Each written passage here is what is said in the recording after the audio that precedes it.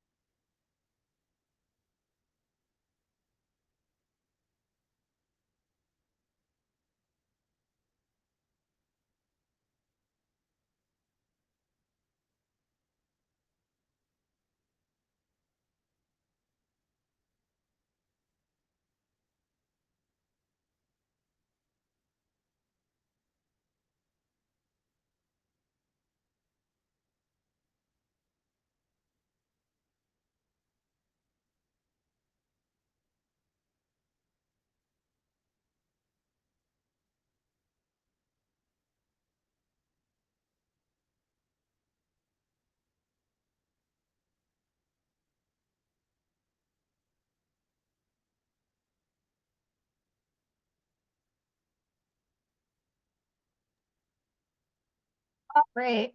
The number of people coming in has down slightly, so why don't we go ahead and get started.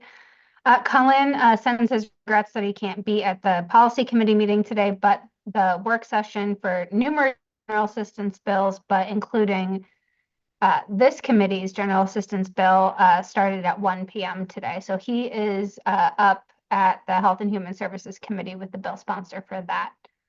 So with that, why don't we go ahead and do introductions? And I apologize that I will be doing double duty with minutes and chairing the meeting, but want to make sure I get everyone's name and the attendance. So I'll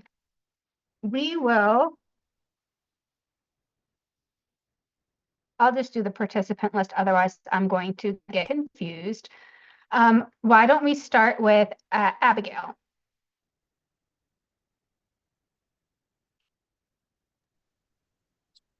Hi, sorry. I was getting my computer settled. We're just doing intros. Abigail Woods, homeless response coordinator for Hub 1 covering York County. Thank you. And Annika. Annika Moore, she, her advocacy team leader at Preble Street. And I know that Beverly's note takers here. I saw Beverly come in with the YAB as well, but Bev might have gotten kicked out of the meeting. So we'll circle back. Oh, perfect. I did. Perfect. Yes, please.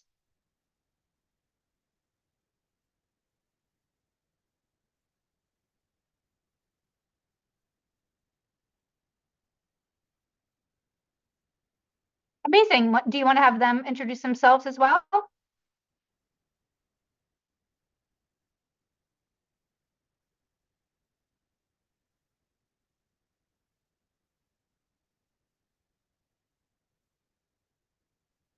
right. Donna.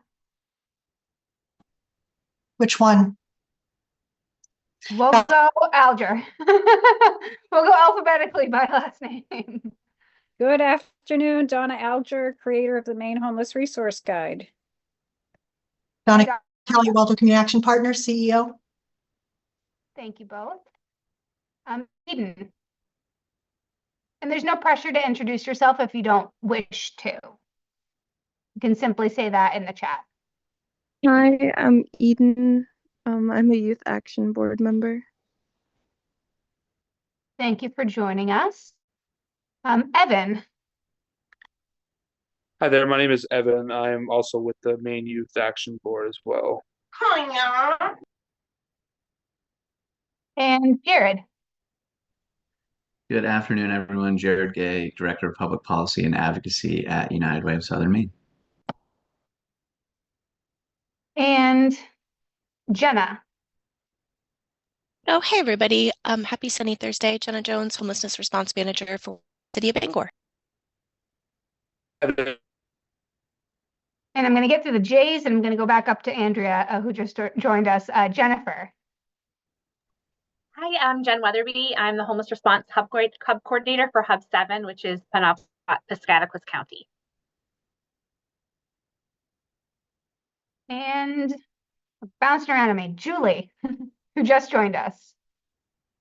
Hey everyone, I'm Julie Orrego. I'm an advocacy supervisor at Preble Street. And Joe. Joe McNally, Director of Homeless Services for Milestone. Kat. Hi, Kat Parker, Community Services Manager with the City of Bangor. Michelle. Michelle Baldwin, Office of Behavioral Health. Shawnna. Hello, I'm Shawnna. I'm a member of the Maine State Youth Action Board and I represent Cumberland County. Zachary. Hi, I'm Zachary Moore. I am from Southport, Maine, person with lived experience in long-term recovery, recovery coach, and certified in SIPs. And I'm part of Recover Together on Facebook. Thank you. And Andrea. Thanks. Andrea Steward, Maine Equal Justice, do the affordable housing and consumer rights policy advocacy. Thank you. And I completely lied when I said we'd get to you after the J's, but I was worried that I was going to get confused. But speaking of names that begin with J, we were just joined by Julian, so not to put you on the spot, Julian, but we are just finishing up introductions.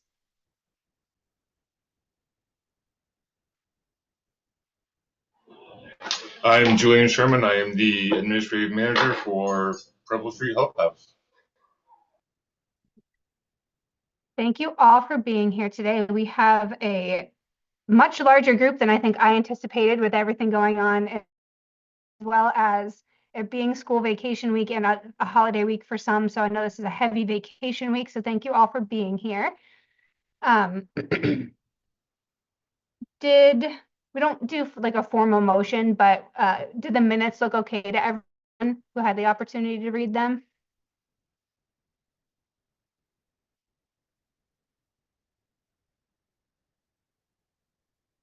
Awesome.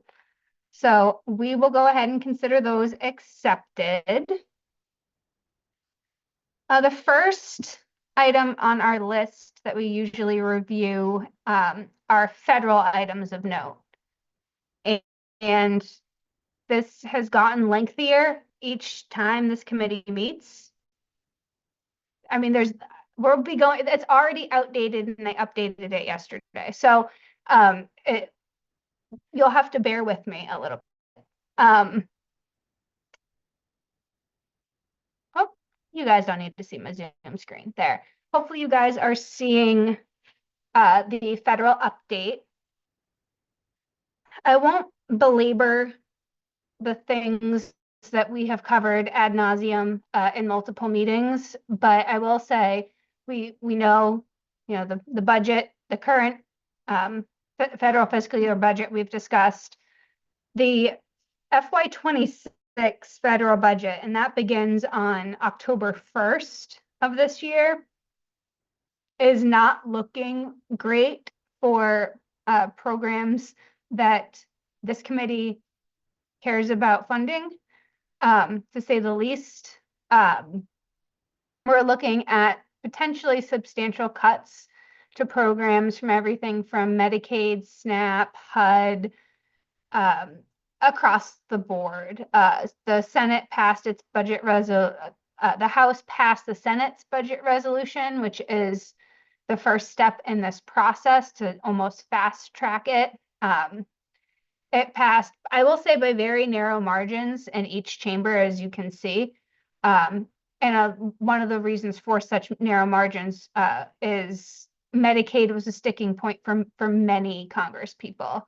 The potential for Medicaid cuts included in this Senate's budget resolution was troubling to many members of Congress. Senator Collins, for instance, voted against this for that specific reason, because they wouldn't make they didn't accept an amendment that would remove Medicaid cuts from the budget resolution. So I'll pause here because there's just a lot of unknowns around this. If anybody has any questions, comments, I think we all have concerns, but I'll just pause here before I move on to other items.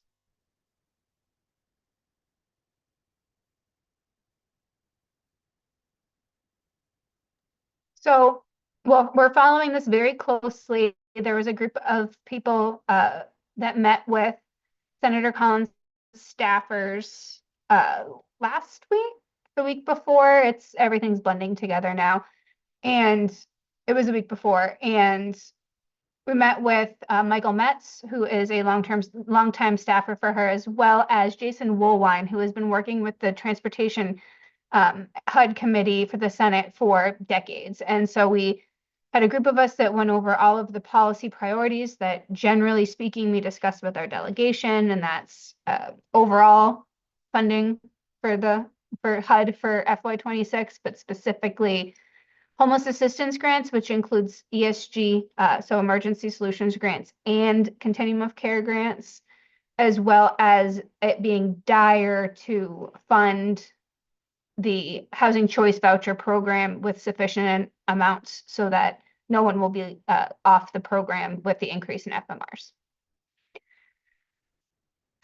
After that meeting, it was in the press that the administration wants to do away with federal rental assistance entirely. So that is something that is on the table. I will say there's a lot of chaos going on at the federal level, and I'll stop sharing my screen because it's easier to talk this way. There's a lot of chaos going on at the federal level, a lot of proposals out there, a lot of items in the news for things the administration wishes to accomplish.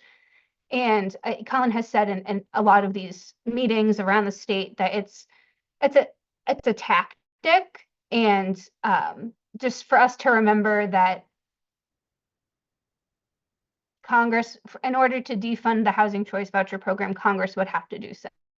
And that would be catastrophic to the constituents in everyone's districts, specifically people who would be most prone to vote against it. So we're following all of those various proposals as it pertains to everything under the housing and homelessness umbrella at the federal level really closely. And when there are opportunities to take action and to advocate, we will definitely loop everybody in. But there's a lot going on related to the budget and various initiatives. And this is just the budget piece. There are a couple other things that I'll go through on the federal update, but any comments, questions, discussion points? I put this in the chat, but I think one thing I struggle with is we do have a fairly supportive delegation on these topics. And so it sort of feels like, okay, obviously we want to keep doing the advocacy that we're doing. But it sort of feels like, is there some next step that we can ask of them to are there other, Congress people who they have a good relationship with that they could work on that advocacy? I kind of just trying to get a sense of what that looks like. And I know sort of the federal level is its own beast as far as how things work. But to me, it sometimes feels like, okay, we can do our advocacy, but they're kind of already on our side. So what's what can we do in Maine with a supportive delegation that would impact, things that could be changed at the federal level that would affect Maine, even though our Maine delegation is supportive. We're still going to be affected if this budget passes, say. I'm sure, as I said in my comment, I'm sure there's no easy answer to that question, but just wanted to at least put it out there.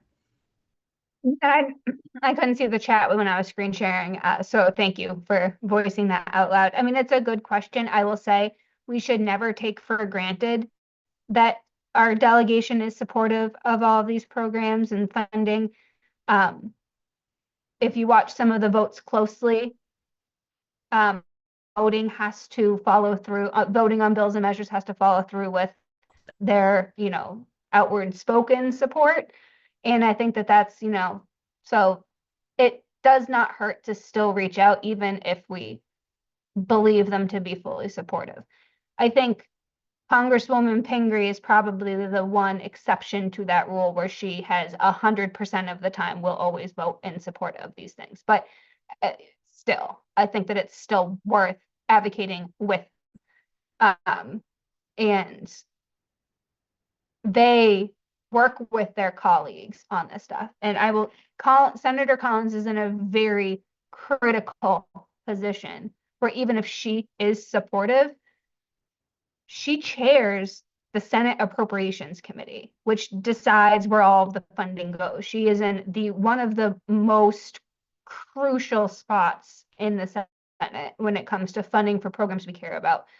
Funding and initiatives included in the budget that would, if enacted, if passed, would, definitely harm the programs we're talking about. Donna Kelley put a comment similar to that in the chat. So I think consistent outreach to her specifically would be helpful because they all work with their colleagues.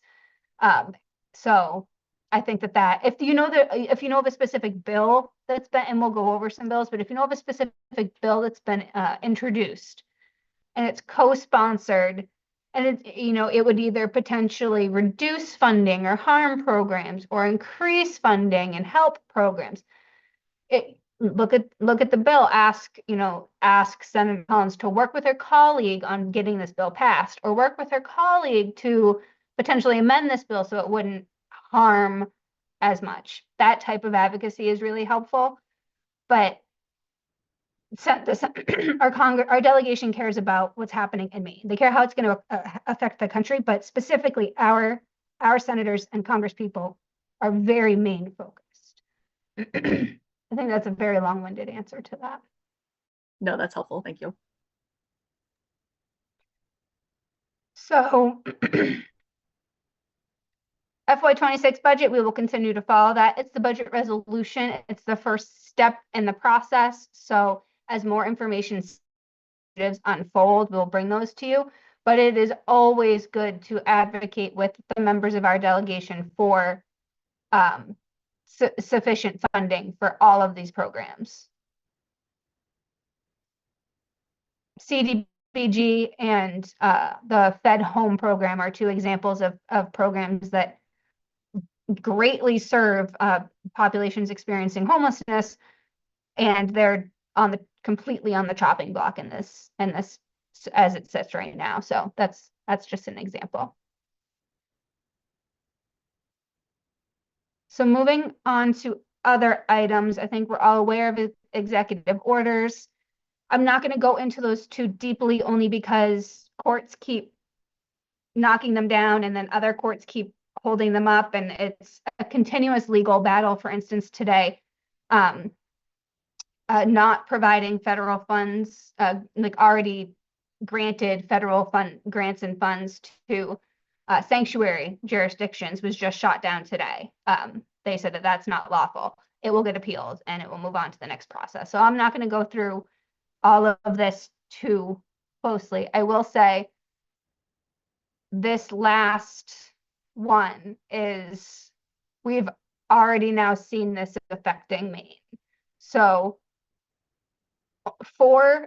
only four regional HUD staff that generally work with Maine and like the Boston and Manchester offices, only 4 will be remaining. The rest have received notices that they will no longer have a job as of the end of this month, or to take advantage of retirement. And so we're losing Lynn Morrow, we're losing Bob Shemako, we're losing Marlisa, Adam.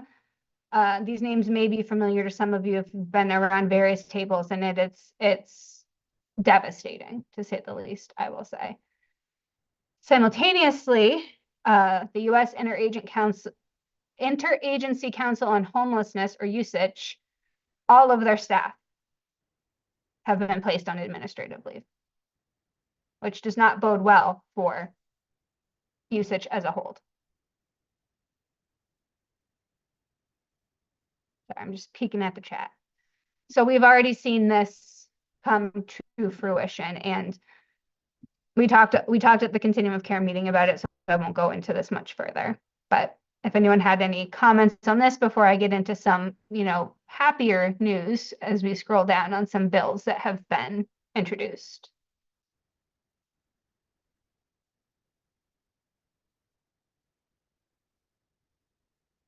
All right. So I'm going to highlight one bill, and that's going to probably be it because you've seen the others, even though they say new, they're not new to this group. And it is arguably the most important bill that you'll see here, and that is the Affordable Housing Credit Improvement Act of 2025. We've seen this in the past 2 Congresses, and it was officially reintroduced on April 8th. And so in the House, a companion bill is expected in the Senate any day now. But this would drastically enhance the low-income housing tax credit program's ability to create more housing. And it would, the final numbers are not out yet, but it would increase the allocation of credits by 50% over 2 years. And also adjust rules to make it easier, reforms to make it easier to build the housing with the credit. So this has more than 120 co-sponsors in the House, and it has exactly 50% support from both parties. So it is as bipartisan as you can get, and we will likely see that when it is introduced in the Senate as well. This almost passed last year, but then it was renamed, but it got tied up in other legislative items that prevented its passage in the Senate. They tried to bring it up multiple times in the Senate towards the end after August recess, and it didn't go anywhere. But this is one of the most important bills when it comes to the ability to have additional housing affordable to populations experiencing homelessness. So more to follow on that, and that is pretty much it. As far as this goes, there's more, but you all received the federal update, so I will not belabor all of the things that you have the ability to read, because we also have state stuff to talk about. But I did want to go over some of the federal items because the way the federal budget ends up for fiscal year 26 that starts October 1st will drastically affect state funding because we're dependent on federal funding. And so there's a lot that will remain a question mark on the state side if we don't know the funding landscape on the federal side. So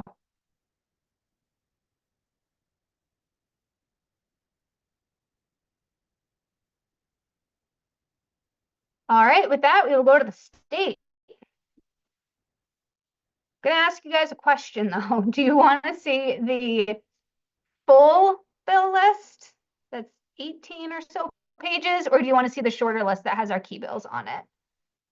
I know both were emailed out. Okay.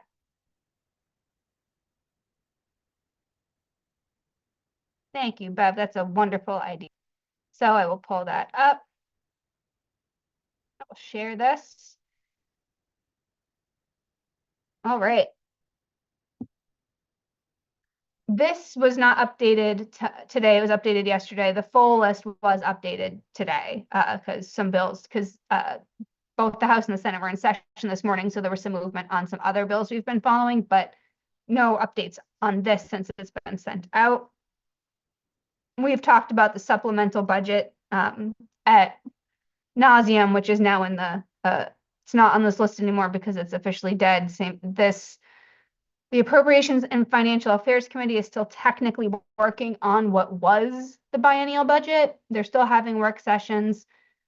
You can almost ignore all of this because we have no idea what's going to end up in here. It would be a full-time job to keep track of all the documents coming out of the AFA committee. And unfortunately, I don't have the time to do that. But we do know they are still working on another budget bill, which would technically be a supplemental budget to the enacted biennial budget, which I'll get to in a minute. So we're following this closely, looking to see what they perhaps include on general assistance, because we know that there was the desire to reduce general assistance, rental assistance to 3 months.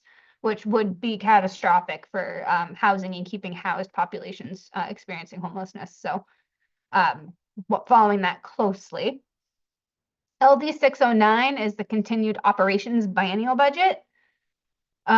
We are technically in the first special session of the first session of the 131st legislature because they adjourned right after passing that bare bones biennial budget, which takes effect July 1st.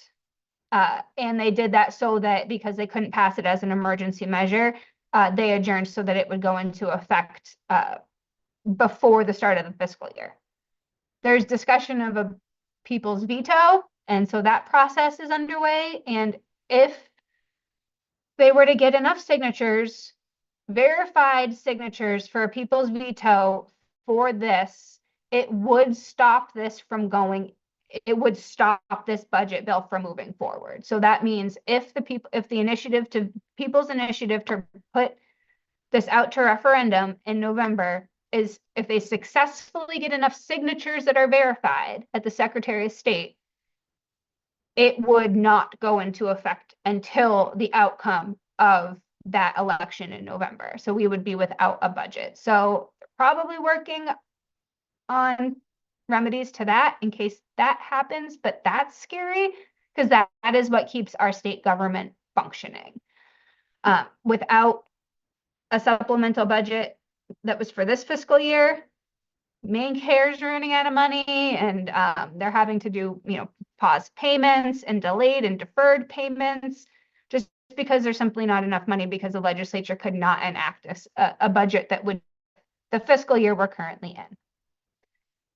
So that's a lot. Is there anything we can do for that not to happen, basically? No. I mean, it's in the state constitution that people have a right to send things to referendum. It has been deemed a legal process already. And so now it's just whether, they need a substantial amount of signatures, like a substantial amount of signatures, because you need to have a certain percentage of the state's voting population in order to do that. And so it's a substantial amount of signatures. And every single signature has to be verified to be a registered voter in the town in which they said that they live. So it will be a process. I think the only hope we have is that the legislature is going to do something to have a plan B in case that does happen. So more to follow there, but moving on to some more positive news. Let's talk about this committee's bills. So LD 698, I know we are joined by a lot of people that worked on this bill, which is our shelter funding bill, and it would provide $5 million in each year of the biennium. And I will stop sharing my screen and I will just hand it over to the people in attendance that helped make this be heard, be introduced, have a successful public hearing, a great work session. I'm kind of looking at you, Katie. Like, where are these other people? So, bullet points are that it got bipartisan ought to pass out of committee. There was a motion to cut the requested funding by half. That was ultimately unsuccessful thanks to, I don't think that made it out of caucus or was voted down on a bipartisan level. Is it Senator Bennett, if I'm saying that correctly, if I got the right body that he's in, is a prominent Republican, and he was not in favor. I believe it was Representative Collmore who had proposed the cut. So now we're waiting for work session, and I think one of the things that we have discussed is we continue to maintain bipartisan support, particularly in light of the deluge of significant policies and programs that are on the chopping block because of lack of funding.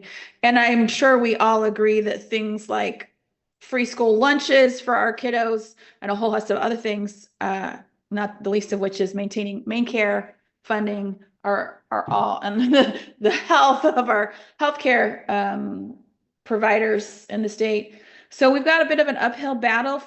But I say that we also recognize that $5 million, it's not that much in the scheme of things. And if people want to find $5 million to support this work, they will. I will say that we've reached out to we've done some targeted outreach to Republicans on AFA. I did get a response back from Representative Ducharme, who is on AFA and from the Skowhegan-Norwich Walk area. Not a constituent, but we do serve that area. So if you are a constituent of Representative Ducharme, I encourage you to reach out. But essentially, the summary of his message is what I just said. It's an important issue, but it's going to have to duke it out against several other competing issues and the Republican commitment to conservative fiscal spending. So I think we have our work cut out for us to get through AFA, and then of course it's going to require 2/3 vote ultimately. Encouraging to come out of committee, but still very much an uphill battle in terms of getting this over the finish line. We did have a showing of Building Hope, the movie that many of you have already seen. It's been shown in various places across the state. It was at the State House. Colin was there on the panel, Molly Feeney and Greg Payne. So there was a nice turnout of legislators for that. Gordon Smith from the opioid czar for the governor was also there. But it's far from over. It's still very much a live issue, and it's going to require, honestly, not necessarily a coordinated statewide strategy, but it's going to require organizing at the hyper-local level, particularly in those Republican jurisdictions served by representatives on AFA. I'll pause there if anybody has any thoughts, questions, or comments. Hi, I was just curious, did you say that 698 would need 2/3 in both chambers? Well, ultimately, right, to get things over the, there's big votes coming up to make sure that we get everything passed. Often feels like getting out of the committee is the big issue, and I keep saying that is the easy part. That's not the hard part, shall I say. The hard part is actually getting it off of the appropriations table to a budget that's ultimately passed and doesn't have last minute deal making that removes things. Ultimately, that budget getting passed. Gotcha. Okay, thank you.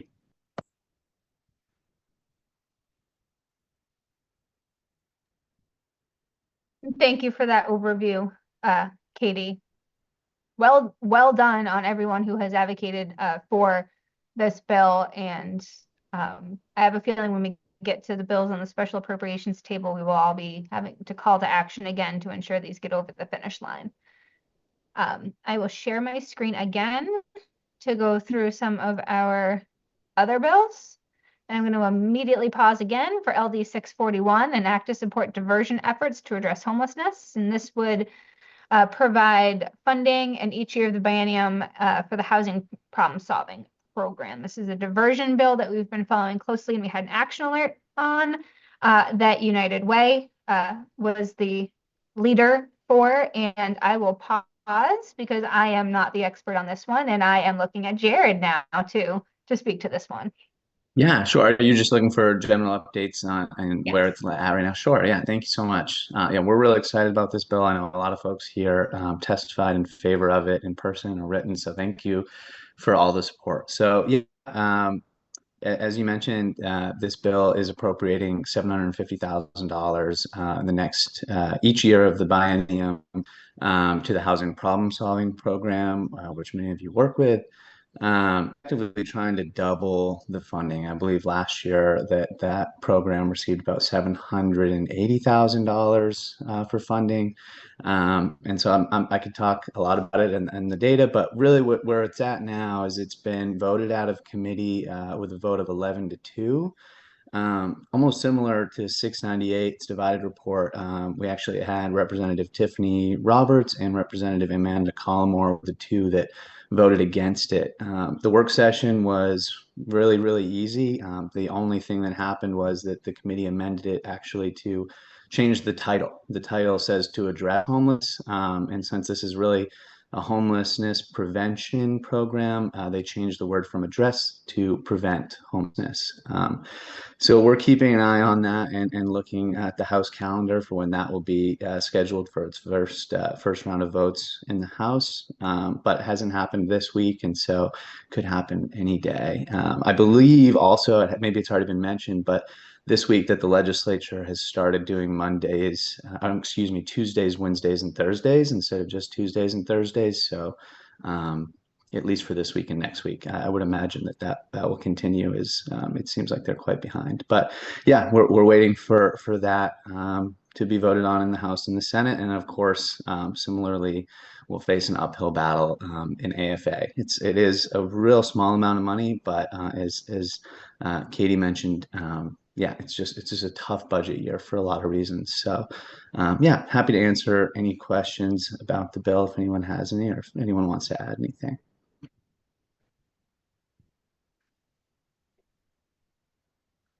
Cool.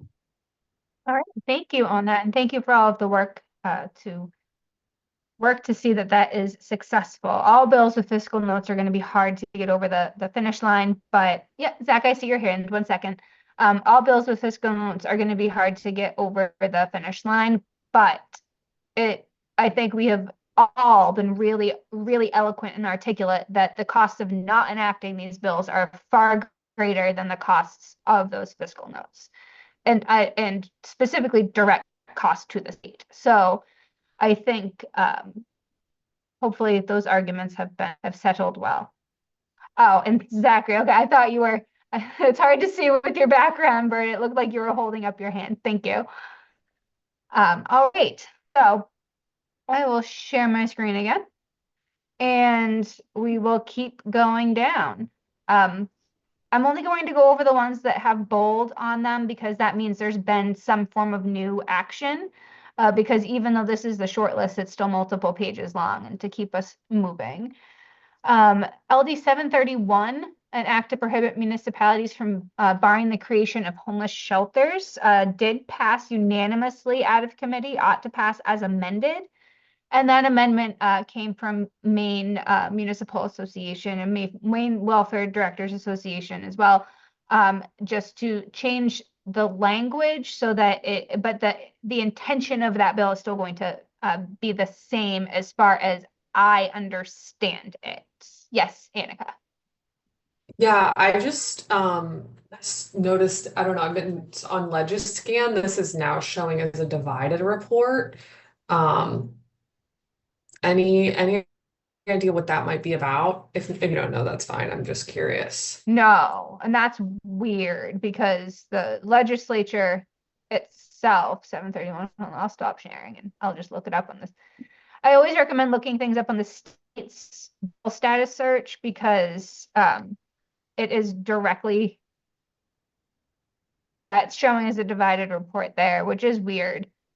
They literally pass as amended on the 14th and then divided report. So is there maybe a committee member absent, perhaps? Yeah. It looks like Representative Underwood is the one was on to pass. I don't know if he was there or not. Yeah, and that's entirely possible because they allow voting for a certain period of time after the vote, because the vote is always, barring votes from other people. But there was then I'll say substantial support, and I'll update that. Thank you for yeah, no, I was just confused, but this is helpful on the state website. Thank you.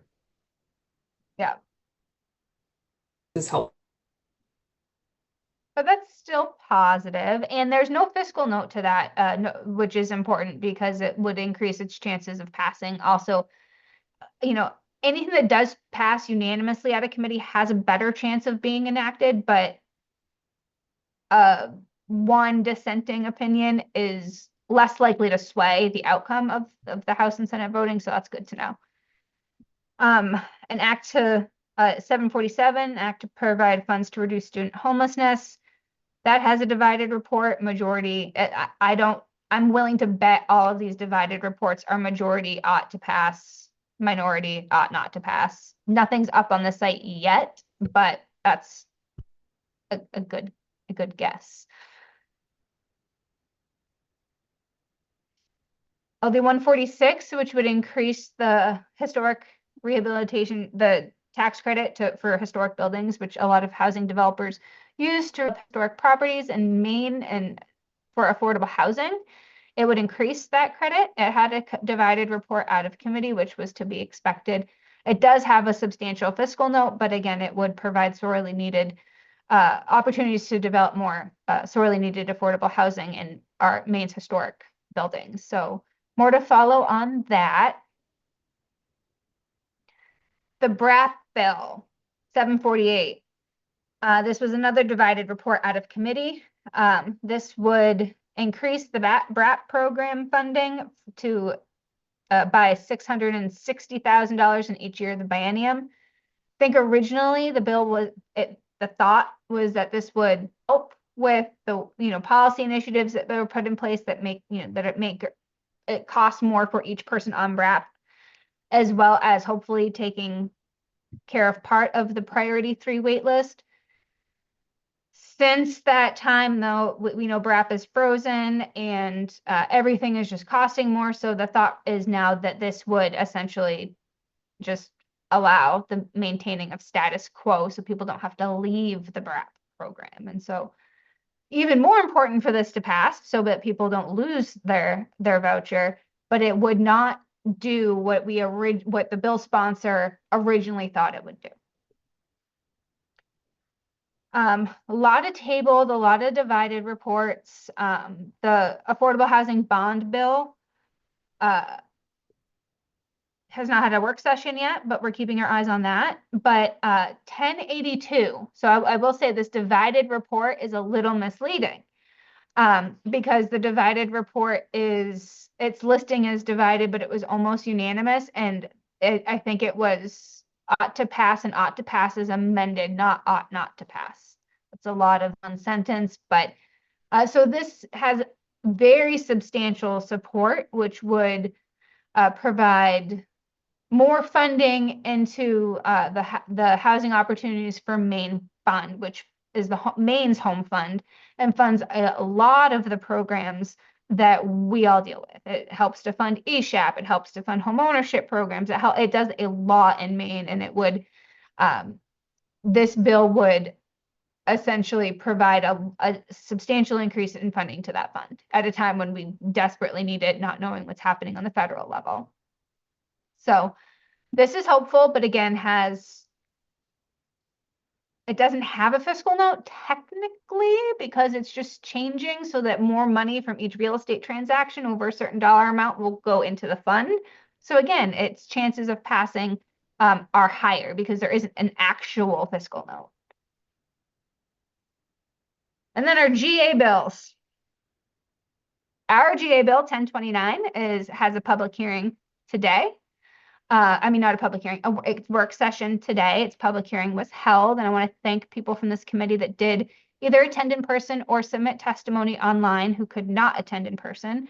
I know that Katie and Preble Street were there in person, and I want to give a huge thanks to that.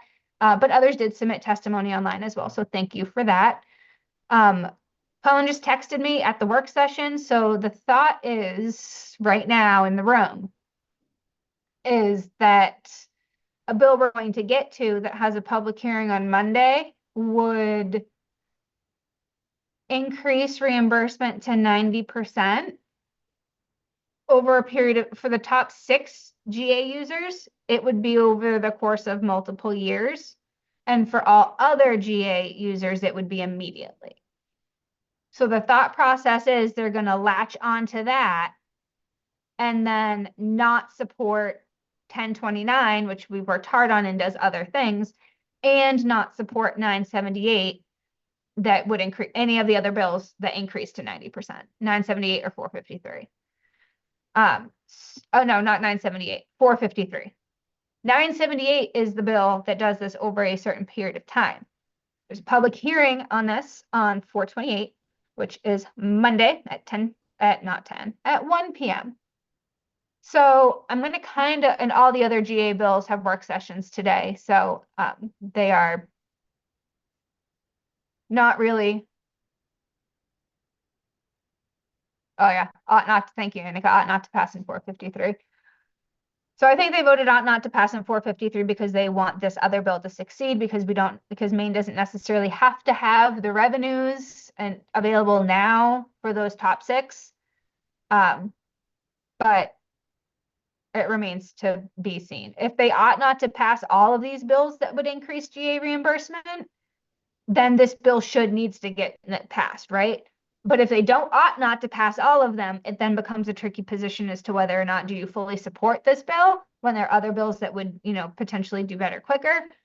It's a rock and a hard place scenario to be in from an advocacy perspective. So I'm actually doing 2 pieces of testimony, one in favor and one against, depending on how the outcome of today's work sessions. So can you, Vicky, send out just a couple of bullet points at the end of today's work session so that those of us who are so inclined can get ready for Monday? And when I say bullet points, I mean not complete sentences, just what are you doing and what are the key highlights, 1 or 2, so that we can orient correctly and stay firmly aligned as a sector.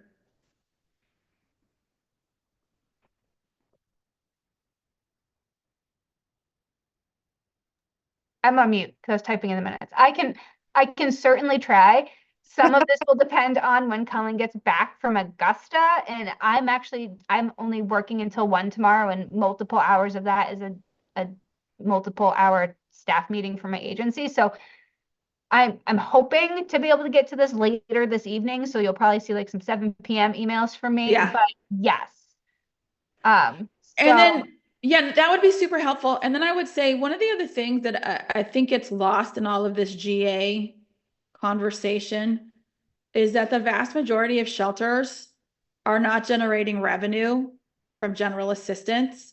There is rulemaking that is particularly prohibitive. And I know there was an article today or yesterday, one of the 2 days, that came out discussing some of the changes to that. But I think wherever things land, we have to have a real wake-up call from a policy perspective, and certainly at shelter providers.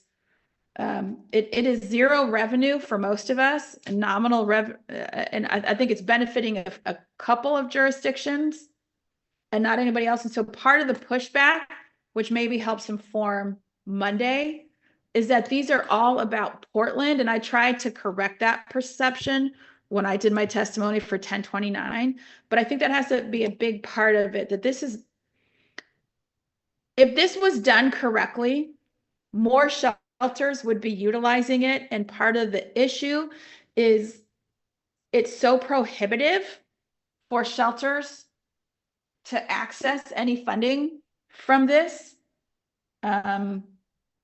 And we've got to figure out if the intention is for shelters to be able to claim this as a reimbursement, we have to figure out how to make that feasible, because right now it's not. And I think there's a lot of confusion at the level of DHHS in terms of, because it's really focused on presumptive eligibility when you're talking about shelters and funding. And there's a lot of, I think there's some ongoing work for us to do engaging DHHS to iron out these rules, because right now they're really conflating the provisions under emergencies with the presumptive eligibility.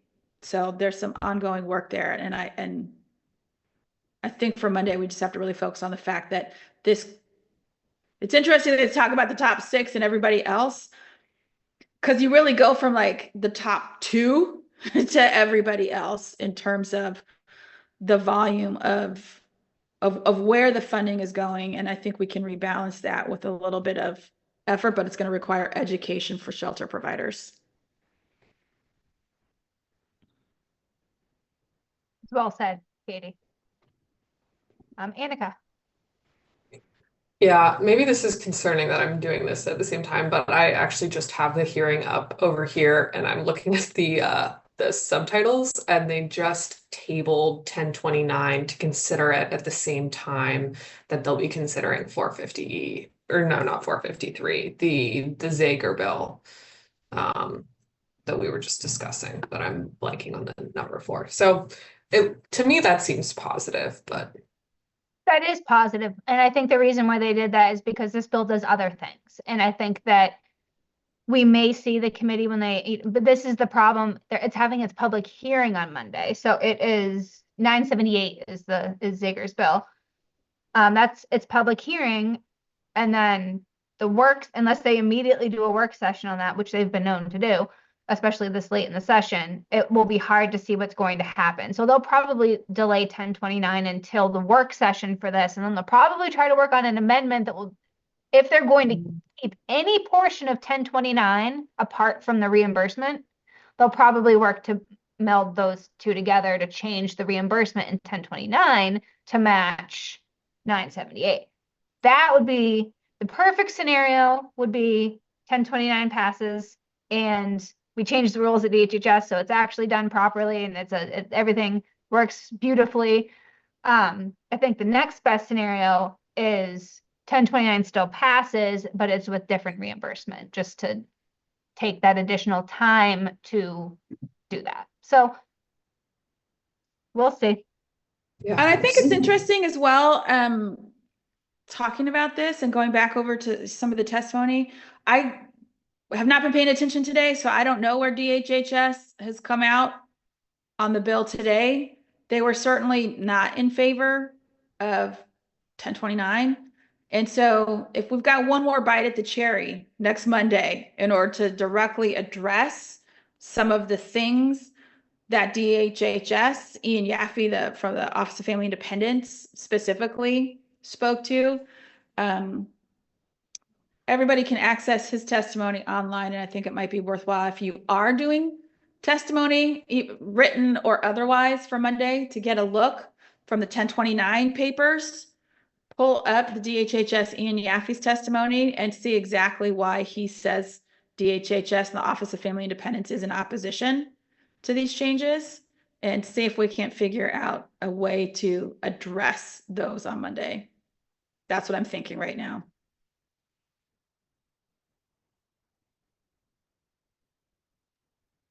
That's well said, Katie. This is another opportunity. If you wanted to, and also I'll send out. So we do know that was 1029 tabled, 453 ought not to pass.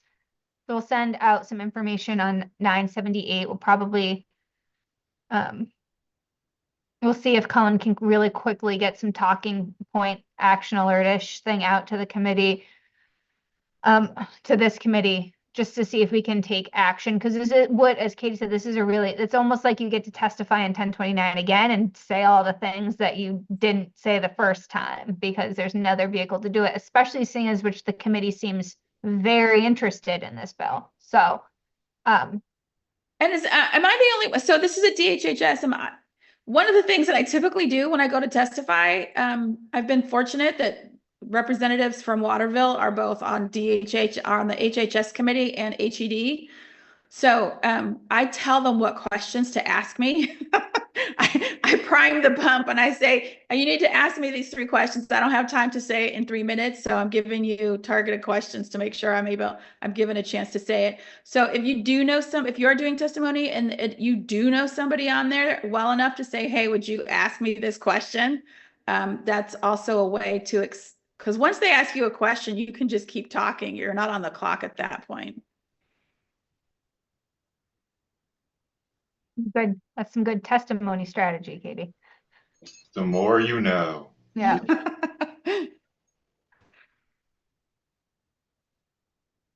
So that kind of wraps up everything I had to discuss today. I'm sure there's more we could get into, but with 6 minutes left, I don't know how much more of the apple we want to bite off. on this. I mean, being able to, Annika, I think it is probably a good thing you're watching the live stream with closed captioning. Cullen had texted me about 4:53, but knowing that 10:29 was tabled is advantageous. Is there anything else anyone wanted to talk about today, about bills that maybe I didn't cover because I just hit the like top ones with updates, or any other discussion we want to have?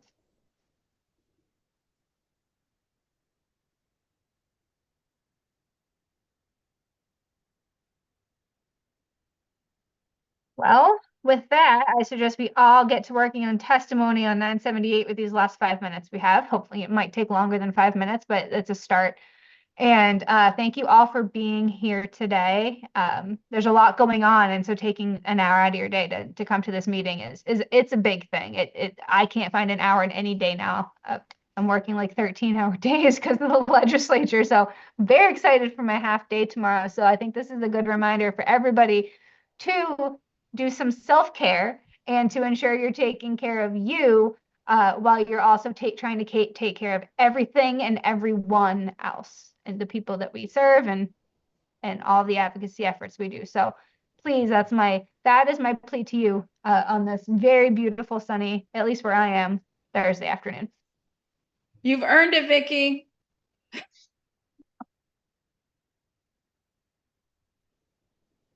It is. Thank you, All right. everyone. Our next Bye, meeting, folks. Thank you. May Thanks, 22nd. everyone.